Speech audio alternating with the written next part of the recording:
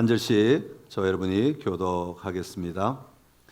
너희가 나를 사랑하면 나의 계명을 지키리라.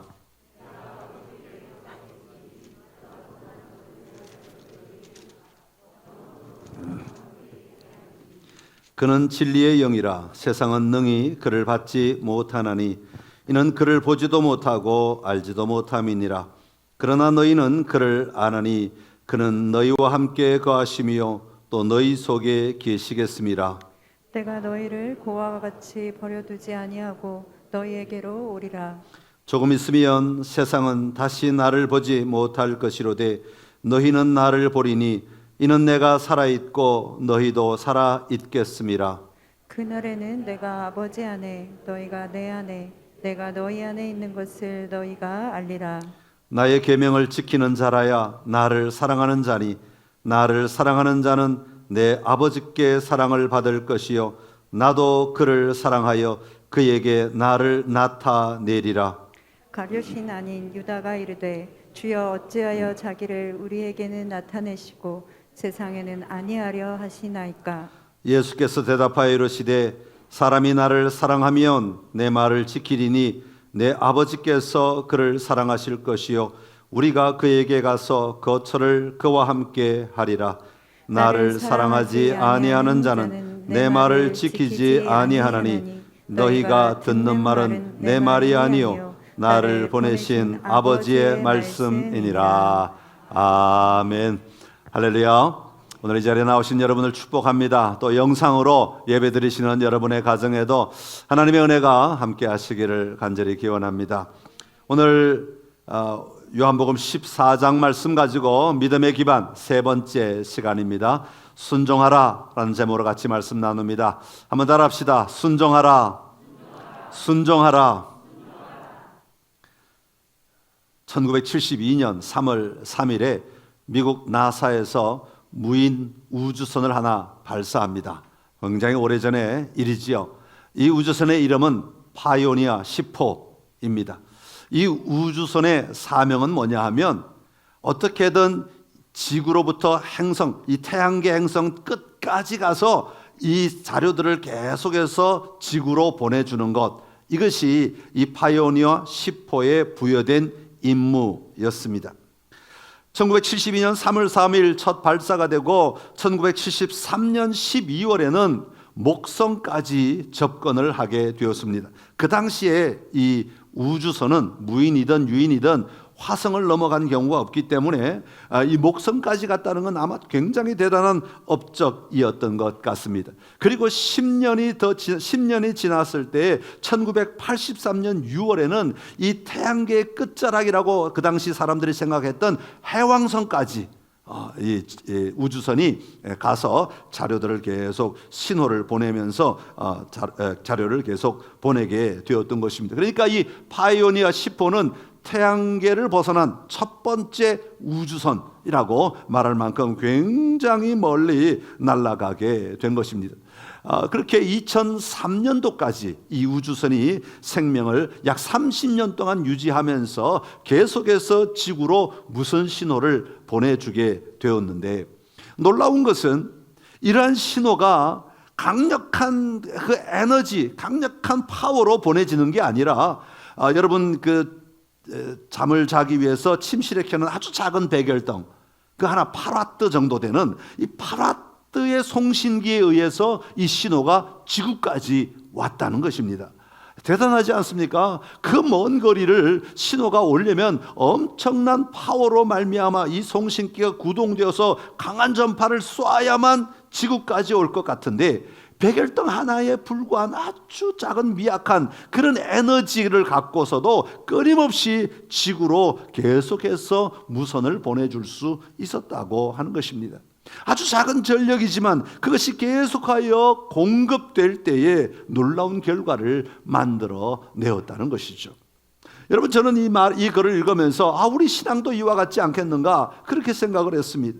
사실 하나님이 보시기에 우리는 아주 작은 송신기, 하나 불과하지 않겠어요? 백열등 하나 정도보다 못한 그 파라트 그 송신기에 불과하지 않겠습니까? 그러나 우리가 작은 에너지이지만, 작은 송신기이지만 끊임없이 하나님 앞에 반응하며 하나님을 향하여 계속해서 믿음의 고백을 하고 하나님을 향하여 얼굴을 들고 하나님을 향하여 계속해서 나아갈 때에 우리의 작은 송신기 같은 우리의 삶이 하나님과 끊임없이 연결되어 있고 하나님 앞에 드려지고 하나님의 것을 받고 그러면서 교제하며 살아갈 수 있게 된다는 것이죠.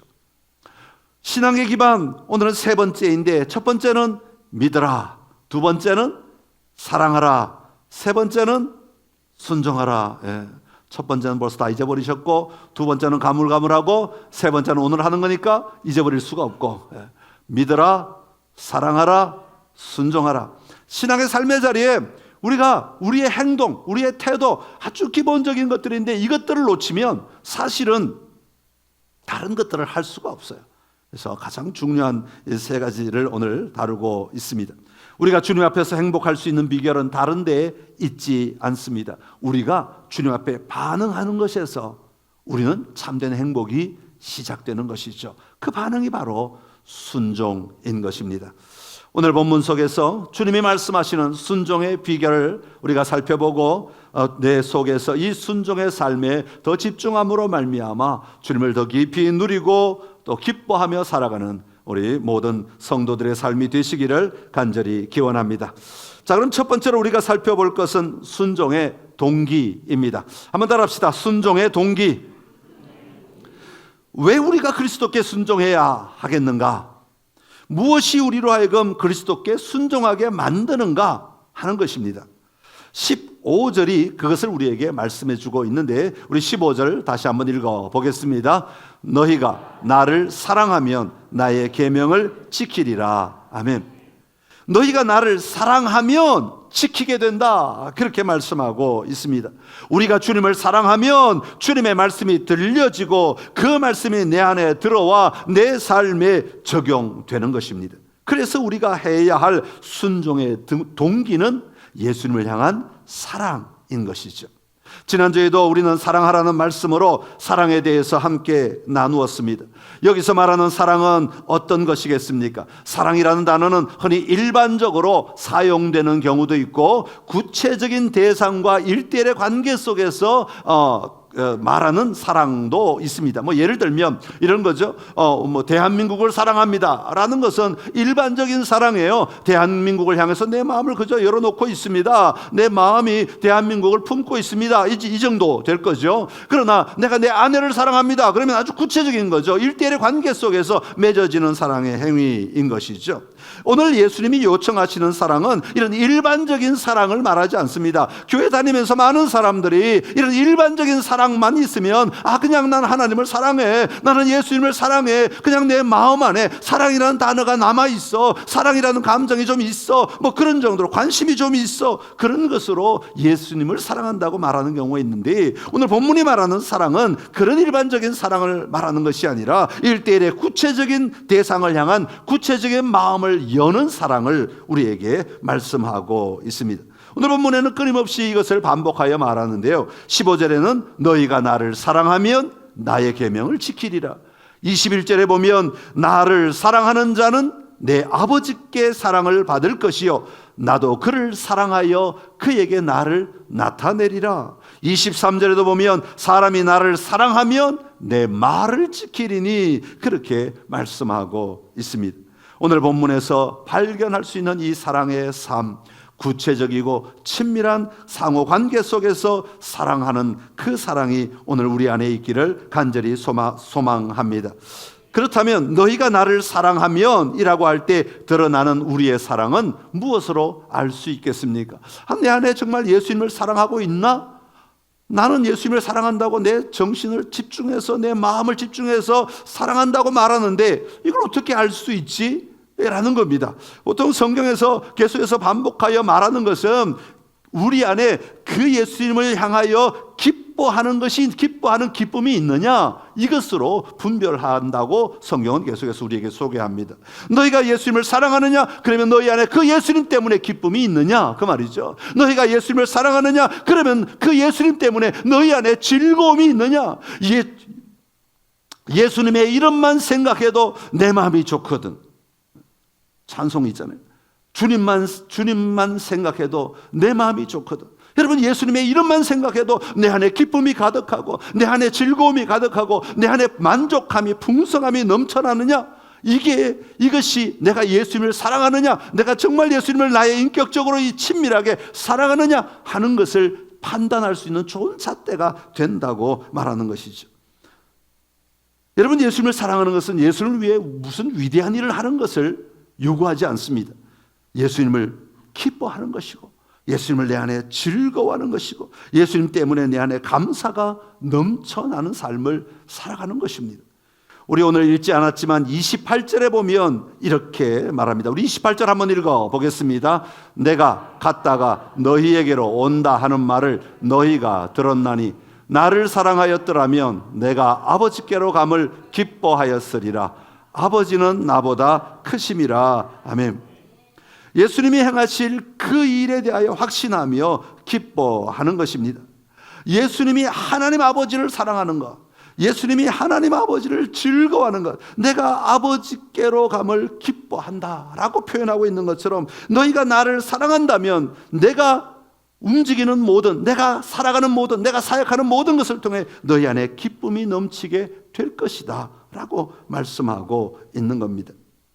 예수님께서 세례를 받으실 때 하나님 아버지는 이렇게 말씀하십니다. 누가복음 3장 22절의 말씀 같이 읽어보겠습니다. 성령이 비둘기 같은 형체로 그의 위에 강림하시더니 하늘로부터 소리가 나기를 너는 내 사랑하는 아들이라 내가 너를 기뻐하노라 하시니라. 아멘. 하나님 아버지 안에 그 아들을 향한 기쁨이 넘쳐나는 거죠. 기쁨이 넘쳐나.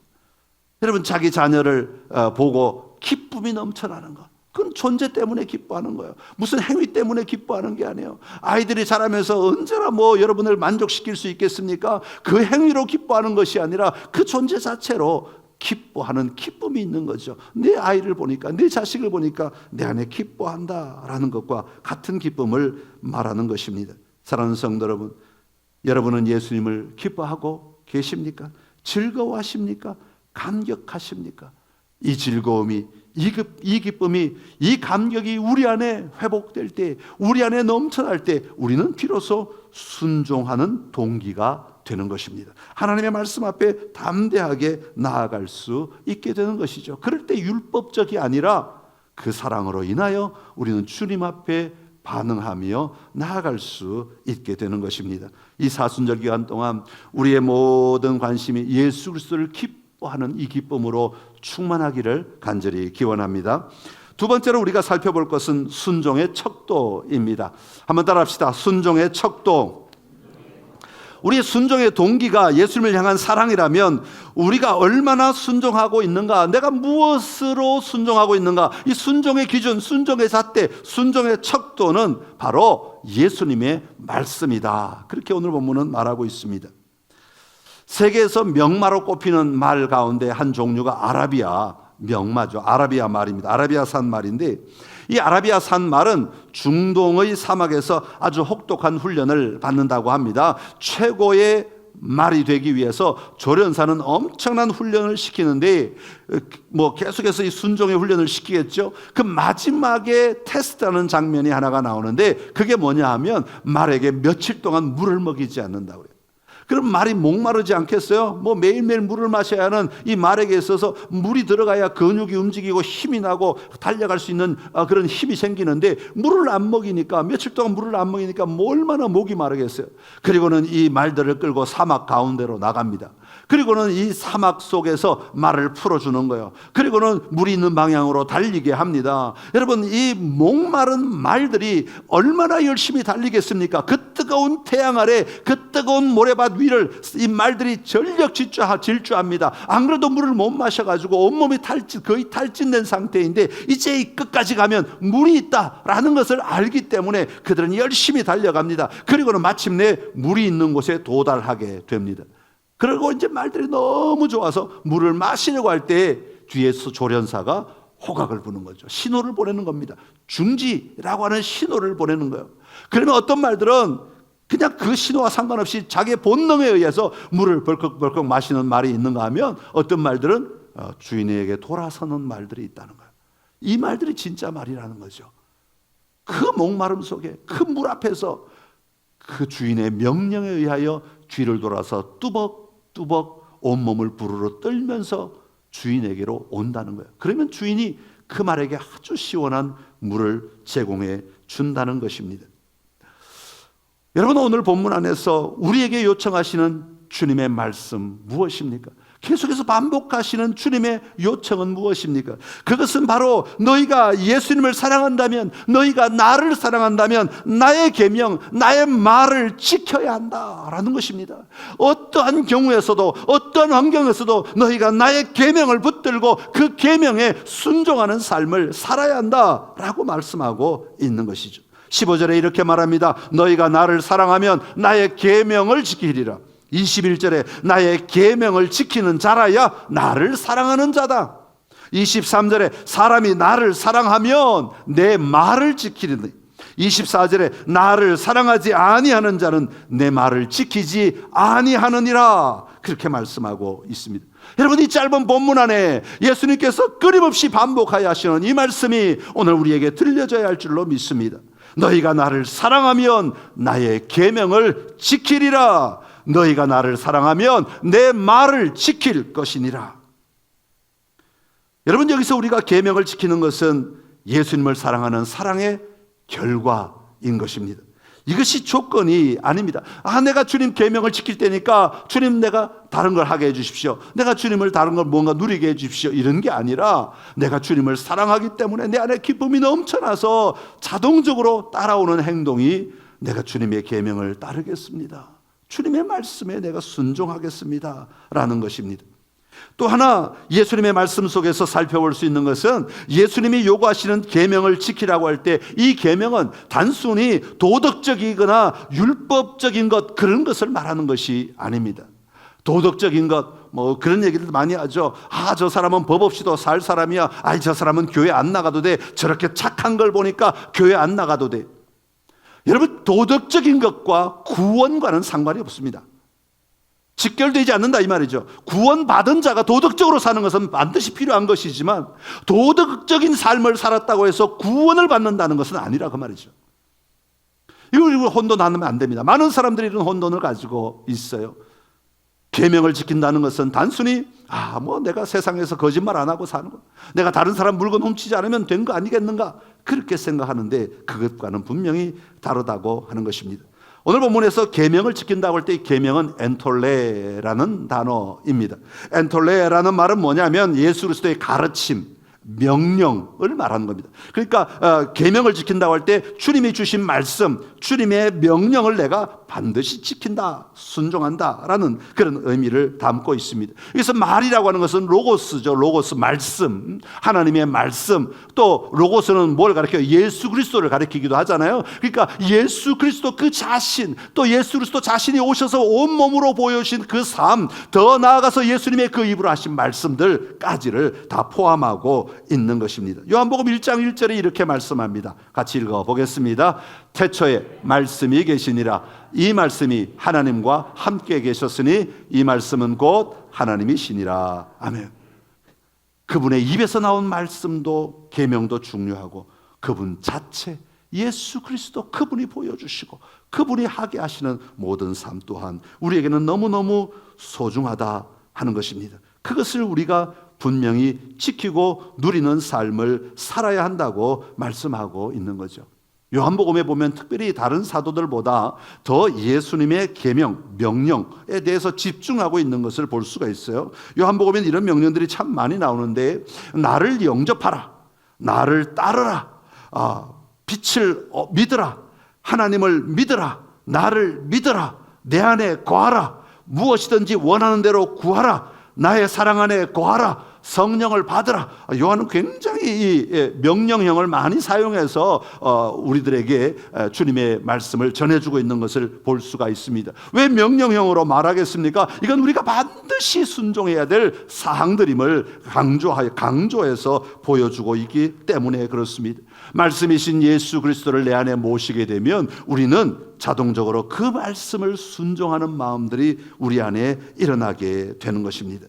사랑하는 성도 여러분, 22절에 보면 가룟신 아닌 유다가 예수님께 질문합니다. 그러니까 가룟 유다 말고 다른 유다가 예수님께 질문한다고 하죠. 뭐라고 질문합니까? 주여, 어찌하여 자기를 우리에게는 나타내시고 세상에는 아니하려 하시나이까? 그렇게 질문합니다. 그럴 때 예수님이 마지막에 보면 뭐라고 대답하십니까? 나를 사랑하지 아니하는 자는 내 말을 지키지 않기 때문이다 라고 대답하십니다. 나를 사랑하지 않는 자, 세상 사람들은 내 말을 듣지도 않을 뿐더러 알지도 못하기에 당연히 내 말을 지키지도 않기 때문에 내가 그들에게 드러내지 않는다, 그렇게 말씀하고 있는 것입니다. 세상은 예수님의 말씀을 순종할 이유가 없습니다. 세상은 예수님의 말씀을 지키지 않습니다. 그러기에 예수님이 주시는 삶을 살아갈 수가 없는 것이죠. 말씀은 그들의 척도가 될 수 없는 것입니다. 그러나 예수님을 사랑하는 우리에게는 이 말씀이 절대적인 순종의 척도가 되어야 하는 것입니다. 여러분, 교회에서 순종 그러면 어떤 사람들은 전통에 대하여 순종, 전통적으로 살아오면서 가졌던 순종, 또 뭐 어른에 대한 순종, 뭐 여러 가지 순종의 모습들이 있지 않습니까? 그러나 우리가 절대로 놓치지 말아야 할 것은 우리의 순종의 척도는 다른 어떤 사람들의 말이 아니라 바로 예수 그리스도이시고 예수 그리스도의 명령이고 예수 그리스도의 말씀이라는 사실을 우리는 절대 잊지 말아야 합니다. 이것을 놓쳐버리면 교회는 혼란 속에 들어가요. 여러분의 신앙은 혼란스러워지기 시작해요. 누가 이런 말 했는데, 누가 저런 말 했는데, 헷갈리기 시작해요. 여러분, 여러분의 척도, 여러분이 순종하는 척도는 다른 데 있지 않습니다. 주님의 말씀이 오직 나의 기준이고 나의 척도임을 분명히 바라보며 날마다 살아가시기를 간절히 기원합니다. 마지막으로 우리가 살펴볼 것은 순종의 약속입니다. 한번 따라합시다. 순종의 약속. 우리가 순종하면 우리에게 놀라운 약속을 주신다고 말씀하고 있습니다. 오늘 본문에는 어떤 약속을 주신다고 말씀하느냐 하면 16절에 보면 보혜사 성령을 보내주시어서 영원토록 너와 함께 하시겠다, 그렇게 말씀하고 있습니다. 우리 16절을 다시 한번 읽어보겠습니다. 내가 아버지께 구하겠으니 그가 또 다른 보혜사를 너희에게 주사 영원토록 너희와 함께 있게 하리니. 아멘. 너희가 나를 사랑하면 나의 계명을 지키리라. 너희가 나를 사랑하는 자리에 들어오고 너희가 나를 전심으로 사랑하면 너희 안에서 내 말에 대하여 순종하는 삶이 일어나게 될 것이고 그 삶을 살아가면 내가 다른 보혜사를 너희에게 보내주겠다, 그렇게 말씀하는 거예요. 그리고 다른 보혜사, 성부 하나님이 아니고 성자 예수 그리스도 아니고 다른 보혜사 성령 하나님을 보내주시겠다라고 말씀하는 것이죠. 그래서 여러분이 보혜사란 말의 의미는 뭐냐 하면 우리를 돕는 자, 또 조력자, 중재자, 그런 의미가 있어요. 나로 하여금 그 순종의 삶을 살아갈 수 있도록 끊임없이 우리 뒤에서 공급하는 힘과 같은 것이죠. 그 파라뜨짜리의 작은 힘, 그것이 계속 켜져 있을 수 있도록, 그것이 계속 그 에너지가 우리 안에 있을 수 있도록 도우시는 분이 누구냐면 바로 성령 하나님이시라는 거예요. 그래서 그 성령 하나님이 우리로 하여금 이 순종의 말씀 앞에 반응하며 살아갈 수 있도록 도우시고 일하시는 분이시다라고 말하고 있는 겁니다. 17절에 보면 그 성령님을 가리켜서 진리의 영이다. 세상의 다른 어떤 것은 우리가 믿지 못할 수 있지만 성령 하나님은 진리의 영이시기에 그분 우리가 순종하고 그분의 말씀, 그분의 도우심은 우리에게 가장 유익하다라는 것을 강조하고 있는 것입니다. 오늘 본문에 보면 또 다른 약속이 있습니다. 21절에 보면 이렇게 말합니다. 나를 사랑하는 자는 내 아버지께 사랑을 받을 것이요 나도 그를 사랑하여 그에게 나를 나타내시리라. 그렇게 말씀하십니다. 나를 사랑하는 자에게 우리 주님은 사랑하신다고 말씀하시고 그 사랑으로 끝나는 것이 아니라 어떻게 하신다고요? 나를 나타내신다고, 계속해서 드러내신다고. 여러분, 우리가 주님을 사랑하고 주님 앞에 순종하며 성령을 의지해서 날마다 살아가면 내 안에 누가 나타나시느냐 하면 예수 그리스도가 나타나시는 거예요. 예수 그리스도가 나타나신다는 말은 짠하고 뭐 형상에 나타난다 그런 말이 아니라 예수님이 나타내신다는 것은 예수님이 누구신지, 예수님의 능력이 무엇인지, 예수님이 나를 위해 무엇을 하고 계신지, 예수님이 나를 어디로 인도하고 계시는지, 예수님이 나와 함께 어떤 것을 누리기를 원하시는지 그 예수님의 마음을 끊임없이 드러내신다고 하는 거예요. 그래서 우리로 하여금 그 예수님을 함께 누리며 이 땅을 살아갈 수 있도록 만들어 주신다는 것이죠. 여기서 약속이 그치지 않습니다. 23절에 보면 또 다른 약속이 하나 더 있습니다. 23절 끝에 보면 우리가 그에게 가서 거처를 그와 함께 하리라 그렇게 말씀하고 있습니다. 여기서 거처라는 말은 집이라는 말이죠. 세 번역에 보면 이렇게 풀어놨어요. 내 아버지와 나는 그 사람에게로 가서 그 사람과 함께 살 것이다. 주님은 우리와 함께 사신대요. 내 안에 거하시며 나와 함께 거주하신대요. 나와 함께 같은 집에 계신대요. 옆방, 안방, 이웃방 그런 게 아니라 그냥 같은 방에, 그냥 같은 자리에, 같은 삶의 공간에, 같은 삶의 누림에 언제나 함께 하시며 우리와 동행하신다고 말씀하고 계시는 것이죠. 우리가 하나님을, 주님을 사랑하고 그 주님 앞에 순종하며 그 사랑으로 인해 순종하며 살아가면, 주님을 바라보고 주님을 향하여 나아가면 주님은 우리와 함께 거하시며 이 삶을 살아낼 수 있도록 언제나 도우시는 분이시다. 그렇게 말씀하고 있는 것입니다. 사랑하는 성도 여러분, 우리가 주님을 사랑함으로 순종하며 나아갈 때 주님이 주신 이 약속들이 오늘 우리의 삶의 자리에 임하였음을 믿고 살아가시기를 간절히 기원합니다. 보혜사 성령을 보내주십니다. 예수님 자신을 드러내 주십니다. 우리와 함께 거하신다고 말씀하고 있는 것입니다. 오늘 순종의 삶을 살아내는 우리 모두가 되기를 간절히 소망합니다. 주님 앞에 가장 아름다운 반응은 순종입니다. 순종하라 말씀하시는 주님의 말씀 본받아 주님의 말씀에 순종하고 주님의 명령에 순종함으로 우리의 삶의 자리에 주님의 약속을 누리는 은혜가 넘쳐나시기를 간절히 기원합니다. 기도하겠습니다. 참 좋으신 우리 하나님 아버지, 은혜를 감사합니다. 우리로 하여금 예수 그리스도를 믿게 하시고 사랑하게 하여 주시니 감사합니다. 그 사랑 앞에 우리가 서 있게 하여 주옵시고 그 사랑을 날마다 누리며 살아가게 하여 주시옵소서. 그 사랑으로 인하여 그 사랑 때문에 주신 말씀들을 우리가 붙들게 하여 주옵시고 그 명령을 주신 예수 그리스도를 내 안에 모시고 그 예수님의 삶을 내가 살아내게 하여 주옵소서. 그럴 때 우리에게 주신 약속들이 이루어질 줄로 믿습니다. 아버지, 오늘 우리의 삶의 자리에 이 순종의 삶으로 인하여 하나님을 누리며 하나님의 나라를 누리며 기뻐하는 우리 모두의 삶이 되게 하여 주옵소서. 예수님의 이름으로 기도드리옵나이다. 아멘.